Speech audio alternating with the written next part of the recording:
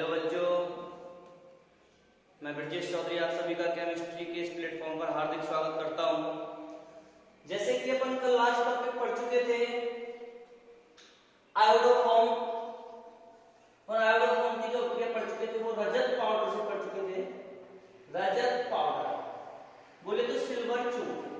Question बहुत अच्छा पूछा जाता है कि जब आयोडोफॉर्म को सिल्वर चून के साथ गर्म किया जाता है तो बनने वाले उत्पाद का नाम लिखिए तथा रासायनिक समीकरण दीजिए। तो आपको क्या याद रखना है कि जब आयोडोफॉर्म को सिल्वर चून के साथ गर्म किया जाता है तो आयोडोफॉर्म CH3 CHG तो किसका निष्कासन होता है बेटा?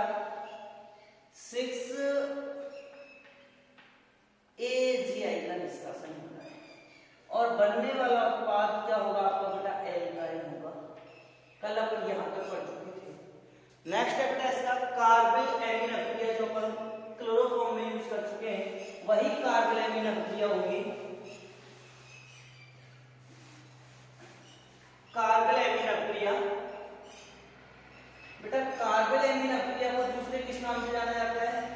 कार्बोल एमीन अभिक्रिया या आइसोसाइनाइड टेस्ट। या आपसे क्वेश्चन पूछा जा सकता है कि प्राथमिक एमीन में विभेद करने वाली कोई रासायनिक समीकरण लिखिए। तो आपको विशेष याद रखना है कि कार्बोल एमीन अभिक्रिया का उपयोग प्राथमिक एमीन का परीक्षण करने में किया जाता है। क्या था बेटा आपका प्राइमरी एमीन?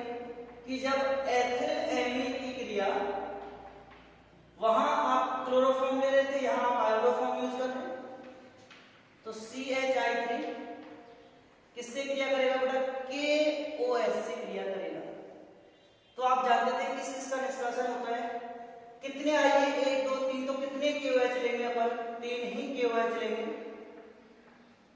तो 3 आई 3 के को लेके क्या जाएगा बेटा आपका? 3KI जाएगा। H कितने? 1 2 3 और 2 H N के पास है, नाइट्रोजन के पास तो एक ही है, तो कितने H हो गए? 1 2 3 और 3 OH, टोटल कितने हो गए? 6। तो क्या जाएगा बेटा आपका? 3H2 और आपका क्या बचेगा? CH3 CH2 N पे आके ऊपर अटैक करेगा C, और क्या बनेगा आपका? CH3 CH2Cl एथिल आइसोसाइनाइड का निर्माण होता है, जिसमें से तीव्र दुर्गंध में गंध आती है, इसलिए इसे बेटा आइसोसाइनाइड परीक्षण के नाम से भी जाना जाता है। क्वेश्चन बार-बार पूछा गया है बेटा बोर्ड में कि कार्बोल एमीन अभिक्रिया या आइसोसाइनाइड टेस्ट की रासायनिक समीकरण लिखिए। या आपसे पूछा जा सकता है कि प्राथमिक एमीन का भेद करने के लिए किस विधि का प्रयोग किया जाता है? तो कार्बोल एमीन अभिक्रिया का प्रयोग प्राथमिक एमीन के परीक्षण में किया जाता है। ठीक है, नेक्स्ट है आपका, आप कैसे पता लगाएंगे कि बेटा जो आपका आयोडोफॉर्म होगा, यदि उस आयोडोफॉर्म में अपन KOH को डालते हैं इस सॉल्यूशन में, तो बेटा क्या होता है कि जो आपका टेस्ट ट्यूब है, यदि उस टेस्ट ट्यूब में एक दुर्गंध में तीव्र गंध वाला पदार्थ बनेगा, तो बेटा वो क्या होगा? बेटा आपका प्राइमरी एमीन होगा। यदि उसमें तीव्र गंध नहीं होगी तो बेटा वो प्राइमरी एमीन नहीं होगा तथा वह अभिक्रिया कार्बोल एमीन अभिक्रिया नहीं होगी। नेक्स्ट था इसमें आपका कि जो आपका आयोडोफॉर्म है, यदि आयोडोफॉर्म को AgNO3 के साथ संपर्क में रखा जाए तो ये AgI का पीला अवक्षेप देता है। आयोडोफॉर्म CH3 यदि इसको AgNO3 के संपर्क में रखा जाए तो ये AgI का पीला अवक्षेप देता है, क्लोरोफॉर्म ऐसा नहीं। विशेष याद रखना, क्लोरोफॉर्म AgNO3 सिल्वर नाइट्रेट के संपर्क में नहीं आता है, जबकि आयोडोफॉर्म AgNO3 से रिएक्ट करके अभिक्रिया करके पीला अवक्षेप देता है। और दूसरा अपन क्या बोलते हैं कि बेटा ये जो आयोडोफॉर्म है, आयोडोफॉर्म पर ताप का प्रभाव, इफेक्ट ऑफ टेम्परेचर। क्वेश्चन पूछा जाता है कि आयोडोफॉर्म पर ताप का क्या प्रभाव पड़ता है? कि जब आयोडोफॉर्म को उच्च ताप पर रखा जाता है तो ये I2 गैस में विघटित होकर बैंगनी रंग का प्राप्त होता है। कैसा प्राप्त होता है भैया? बैंगनी रंग का प्राप्त होता है अगर आपसे कुछ क्लोरोफॉर्म ऐसा नहीं करता, आयोडोफॉर्म को यदि ताप के संपर्क में रखा जाए तो ये I2 गैस मुक्त करता है, जिससे ये बैंगनी रंग में प्राप्त हो जाता है। ठीक है, नेक्स्ट है आपका अगला जो टॉपिक है वो है CCl4 यानी कि टेट्रा हैलोजन व्युत्पन्न। ट्राई हैलोजन व्युत्पन्न अपन पढ़ चुके हैं, जिसमें अपन क्लोरोफॉर्म, ब्रोमोफॉर्म और आयोडोफॉर्म का स्टडी कर चुके हैं। नेक्स्ट है आपका बेटा कार्बन टेट्राक्लोराइड या टेट्रा हैलोजन व्युत्पन्न CCl4। टेट्रा क्लोरो कार्बन, इसको टेट्रा क्लोरो कार्बन या TCC, जिसको अपन क्या लिखते हैं CTC, कार्बन टेट्राक्लोराइड कहा जाता है। ठीक है, टेट्राक्लोरो कार्बन या टेट्राक्लोरोमीथेन भी इसको बोल देते हैं बेटा, टेट्राक्लोरोमीथेन, ये इसका आयुर्वेदिक नाम होता है। ठीक है, इसका जो अन्य जो व्यापारिक जो नाम होता है, व्यापारिक नाम होता है बेटा पायरीन। पायरीन एक ग्रीक शब्द है जो दो शब्दों से मिलकर बना है, pyrene plus fire. Pyrene plus fire का मतलब होता है आग, पायरीन बुझाने वाला, अर्थात इसका योग आग बुझाने में भी किया जाता है। ठीक है, इस पायरीन की जो खोज की थी, पायरीन की खोज लॉरेंट नामक वैज्ञानिक ने की। बहुत अच्छा क्वेश्चन है बेटा, अगर आपसे पूछ जाए कि टेट्रा हैलोजन व्युत्पन्न किसे कहते हैं, कि जिनमें 4 हाइड्रोजन समूह उपस्थित होते हैं, टेट्रा हैलोजन व्युत्पन्न कहलाते हैं। CCl4 टेट्राक्लोरोमीथेन या CTC कार्बन टेट्राक्लोराइड के नाम से इसको जाना जाता है। विशेष याद रखना, इसको कार्बन टेट्राक्लोराइड के नाम से भी जाना जाता है। बहुत से कंफ्यूज रहेंगे, TCC लिखा था मैंने। व्यापारिक इसका पायरीन होता है, पायरीन की खोज लॉरेंट नामक वैज्ञानिक ने की, जिसका अर्थ होता है आग बुझाने वाला, अर्थात CCl4 का उपयोग आग बुझाने में किया जाता है। ठीक है, नेक्स्ट अपन जो पढ़ने वाले हैं बनाने की विधि, मेथड ऑफ प्रिपरेशन CCl4। ठीक है, method of preparation of CCl4 क्या होता है बेटा, इसका method of preparation. Number first है बेटा बनाने की विधि, और बनाने की विधि में जो आपका फर्स्ट है वो है आपका मैथेन से या मैथेन के क्लोरोनीकरण से, मैथेन के क्लोरोनीकरण से।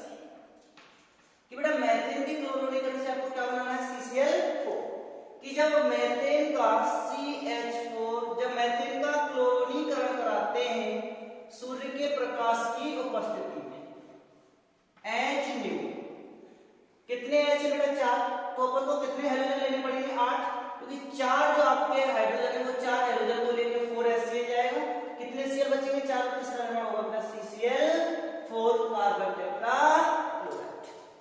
नंबर फर्स्ट विधि बेटा दोबारा से देखिए, मैथेन के क्लोरोनीकरण से, कि जब मैथेन का क्लोरोनीकरण सूर्य के प्रकाश की उपस्थिति में कराते हैं तो HCl निष्कासन के पश्चात CCl4 कार्बन टेट्राक्लोराइड या CTC का निर्माण होता है। ठीक है, CTC विशेष याद रखें, कार्बन टेट्राक्लोराइड ही होता है। दूसरा है इसमें बनाने की विधि में CHCl3 से, बोले तो क्लोरोफॉर्म से, किससे क्लोरोफॉर्म से। होता क्या है क्लोरोफॉर्म, आप सभी जानते हैं CHCl3 को क्लोरोफॉर्म कहा जाता है। कि जब इस क्लोरोफॉर्म का क्लोरोनीकरण सूर्य के प्रकाश की उपस्थिति में कराते हैं तो एक H किसको लेके जाएगा बेटा, एक Cl को क्या जाएगा आपका HCl, और आपका उत्पाद क्या होगा CCl4 कार्बन टेट्राक्लोराइड। ठीक है, समझ में आ रहा है। विशेष ध्यान दें दोबारा से कि मैथेन के क्लोरोनीकरण से आपसे बार बार पूछा जाए कि मैथेन के क्लोरोनीकरण से, जब मैथेन का क्लोरोनीकरण सूर्य के प्रकाश की उपस्थिति में कराते हैं तो बेटा CTC कार्बन टेट्राक्लोराइड का निर्माण होता है। अगर क्लोरोफॉर्म से पूछा जाए कि यदि क्लोरोफॉर्म का क्लोरोनीकरण सूर्य के प्रकाश की उपस्थिति में करा जाए तो CCl4 कार्बन टेट्राक्लोराइड का निर्माण होता है। नेक्स्ट है बेटा इसमें जो आपका थर्ड पॉइंट है CH2 कार्बन डाइसल्फाइड से, कि कार्बन डाइसल्फाइड क्या होता है, कि बेटा जब कार्बन डाइसल्फाइड बोले तो CH2, इसका भी अपन क्या कराते हैं बेटा क्लोरोनीकरण, किसकी उपस्थिति में AlCl3 एल्यूमिनियम ट्राइक्लोराइड इसकी उपस्थिति में कराते हैं। तो देखो बेटा कितने आपके ClH है, तो आपका क्या जाएगा CCl4 प्लस H2Cl। विशेष ध्यान कि जब कार्बन डाइसल्फाइड के साथ क्लोरोनीकरण AlCl3 की उपस्थिति में कराते हैं तो CCl4Cl2 का निर्माण होता है। यदि इसकी क्रिया पुनः किससे कराई जाए बेटा, यदि इसकी क्रिया CH2 की क्रिया जो निकलने वाला जो आपका उत्पाद है H2Cl, H2 के कितने उत्पाद लेते हैं बेटा यहाँ दो H2Cl2, तो देखना दो और दो कितने हो गए Cl के 4, क्या बन जाएगा आपका CCl4 और H के कितने 2 4 और 2 6 और 6 सल्फर का क्या हो जाता है बेटा निष्कासन हो जाता है। विशेष ध्यान में बनाने की विधि में नंबर फर्स्ट था बेटा आपका, अभी अपन जो पढ़ रहे थे वो आप पढ़ रहे थे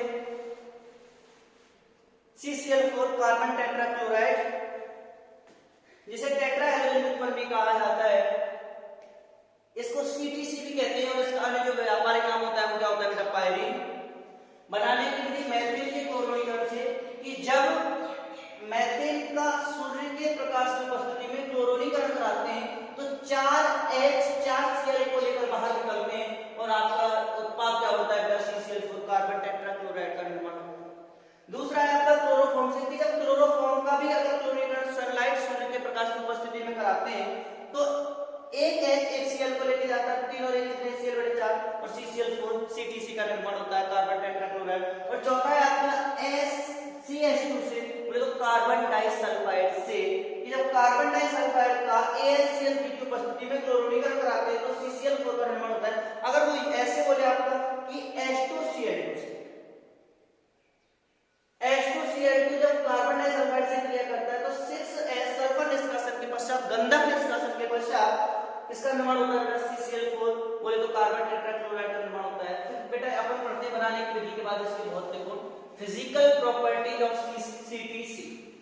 CTC क्या होता है आपका कार्बन टेट्राक्लोराइड कि जब कार्बन टेट्राक्लोराइड के अपन फिजिकल प्रॉपर्टीज पढ़ रहे हैं महत्वपूर्ण, तो इसका बेटा फर्स्ट जो महत्वपूर्ण है वो क्या है कि यह बेटा जल में क्या होता है अविलेय होता है, यह जल में अविलेय होता है, लेकिन कार्बनिक विलायक में क्या होता है बेटा, कार्बनिक विलायकों में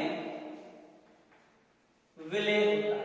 ठीक है, ये इसका फर्स्ट क्या है बेटा फिजिकल प्रॉपर्टी। सेकंड है कि यह बेटा क्या होता है, ये मधुर गंध वाला रंगहीन, मधुर गंध तथा रंगहीन होता है, यानी कि इसमें कैसी गंध आती है बेटा मधुर गंध आती है तथा ये कैसा होता है रंगहीन होता है। और नेक्स्ट है बेटा कि यह विशेष पॉइंट जो आपको याद रखना है, यह अज्वलनशील होता है। क्या होता है ज्वलनशील होता है, यानी कि यह जलता नहीं है, यह जलने में सहायक नहीं होता है। ठीक है, विशेष ध्यान में आपको जो ध्यान देने वाली बात है वो क्या है, अगर आपसे पूछा जाए कि CCl4 कार्बन टेट्राक्लोराइड के भौतिक गुण, तो बेटा ये जल में क्या होता है अविलेय होता है, लेकिन कार्बनिक विलायकों में क्या होता है ये विलेय होता है।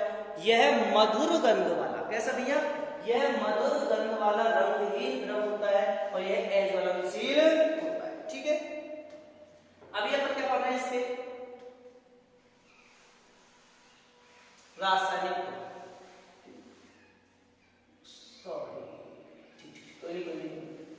रासायनिक गुण अपन पढ़ रहे हैं बेटा इसके कार्बन टेट्राक्लोराइड CTC। CTC के रासायनिक गुण नंबर फर्स्ट है बेटा अपचयन। रासायनिक गुण केमिकल प्रॉपर्टीज ऑफ CTC अपचयन से। अपचयन क्या होता है कि जब CCl4 का अपचयन कराते हैं, CCl4 आप जानते हैं सब कार्बन टेट्राक्लोराइड, इसका अपन क्या कराएंगे, अपन अपचयन कराएंगे। अपचयन किसकी उपस्थिति में होता है बेटा, आयरन के छीले की उपस्थिति, छीलन की उपस्थिति में FeH2O का जो मिश्रण होता है वो आयरन का छीलन कहलाता है। क्या कहलाता है भैया, आयरन का छीलन। विशेष ध्यान है अपचयन से कि जब CCl4 कार्बन टेट्राक्लोराइड का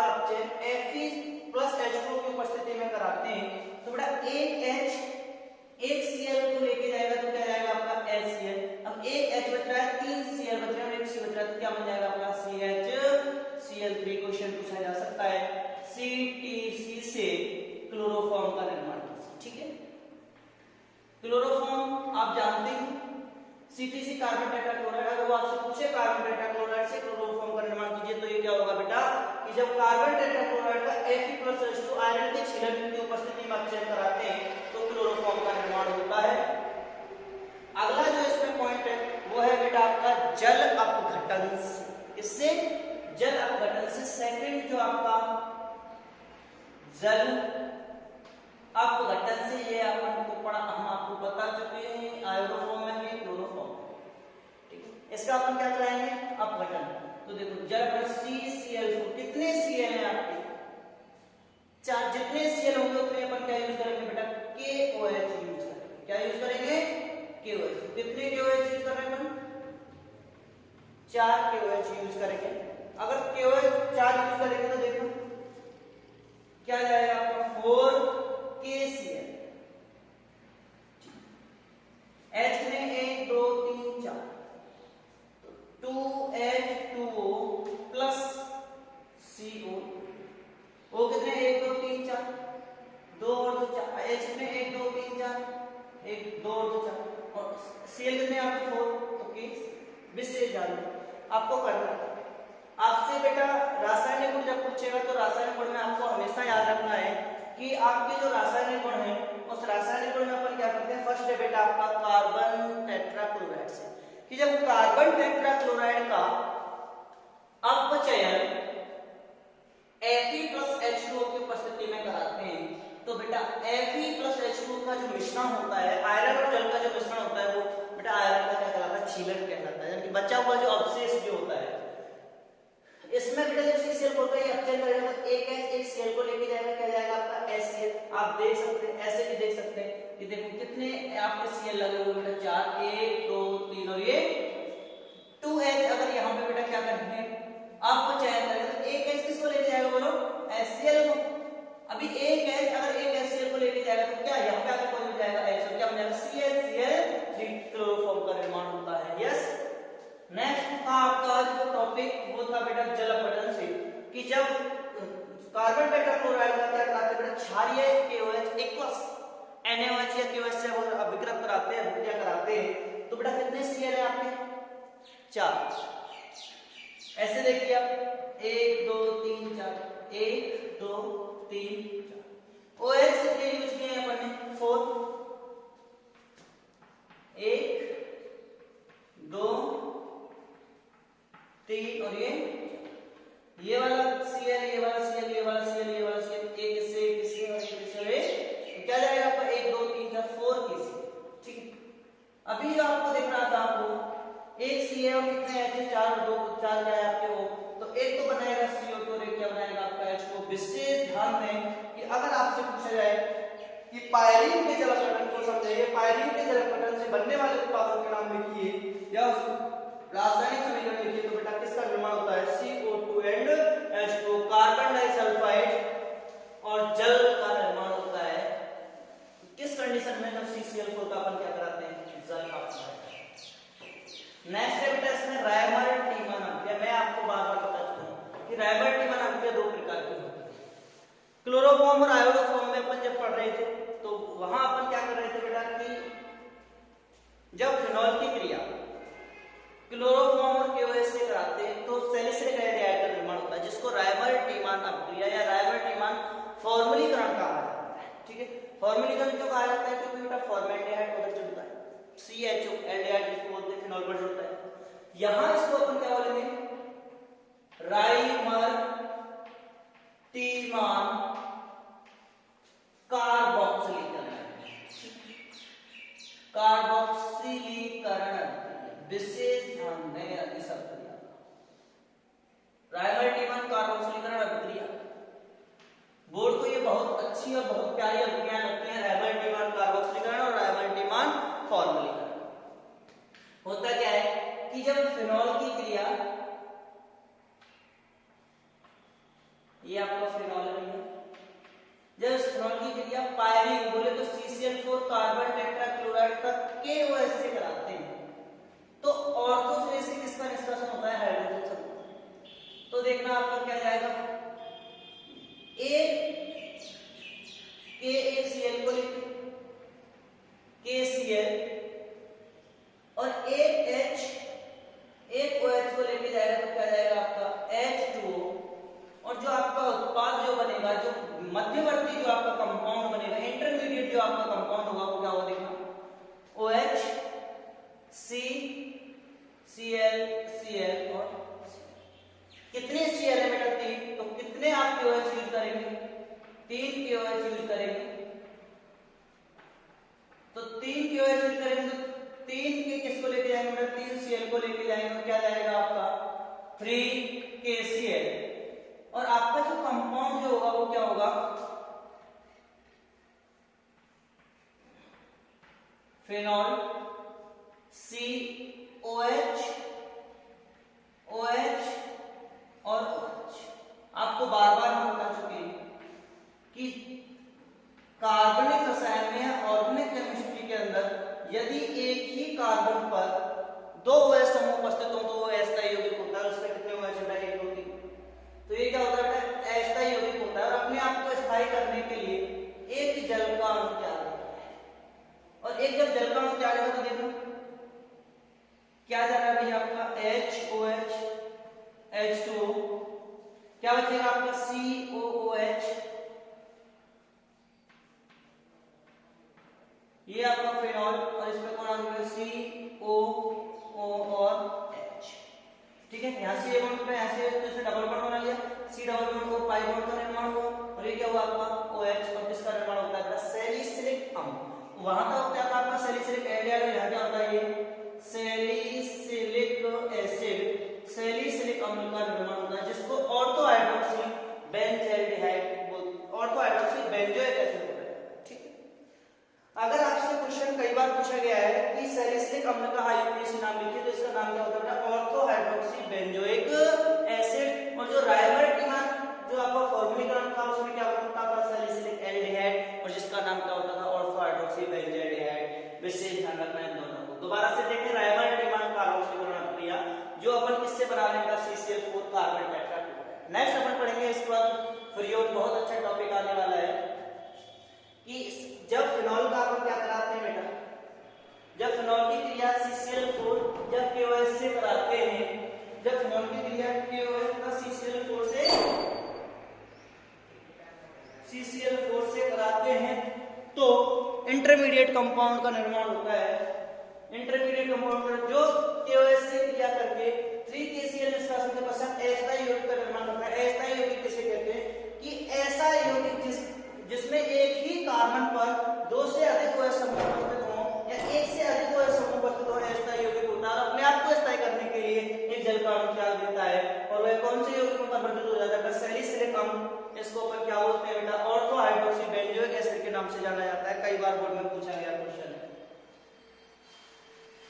नेक्स्ट